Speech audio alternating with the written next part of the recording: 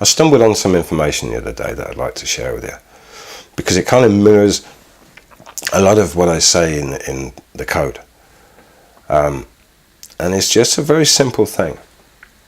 And that 10 years ago, Britain's dogs managed to chew their way through 73,000 tons of dog treats. Now, last year, this number, 73,000, had become 107,000 tons.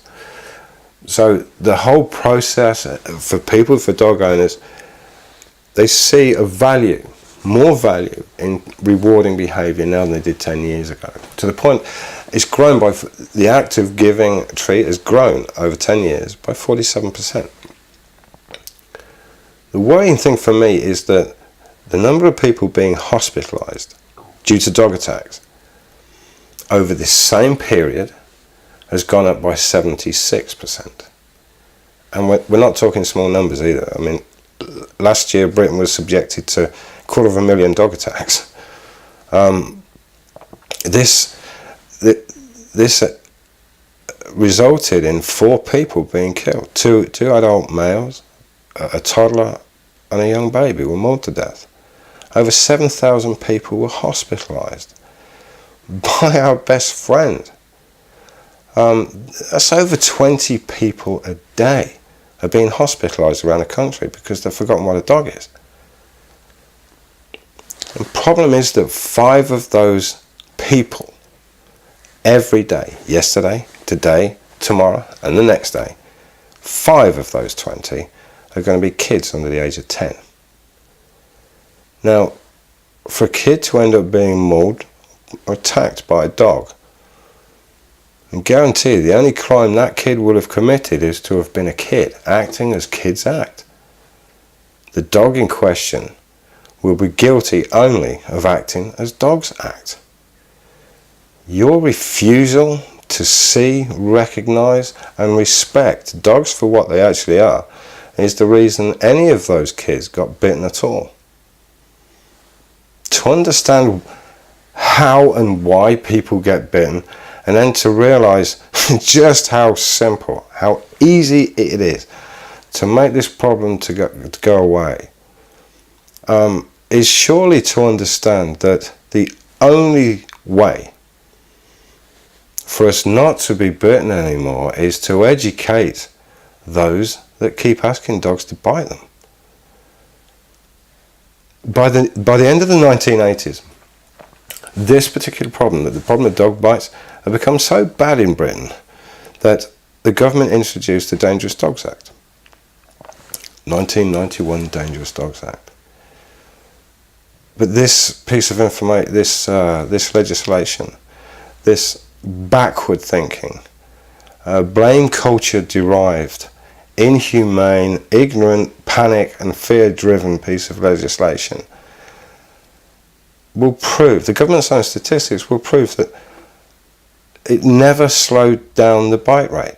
It never even came close. In fact, it is over the last 10 years, it just continuously, the numbers keep going up.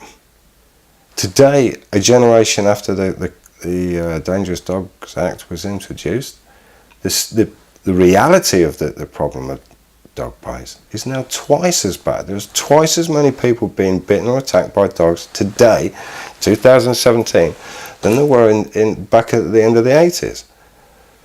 Now, of course, it doesn't help that the guys with the teeth can't read, and they are very unlikely to ever look at the police or the Crown's judiciary as anything of an authority figure over them. They just won't.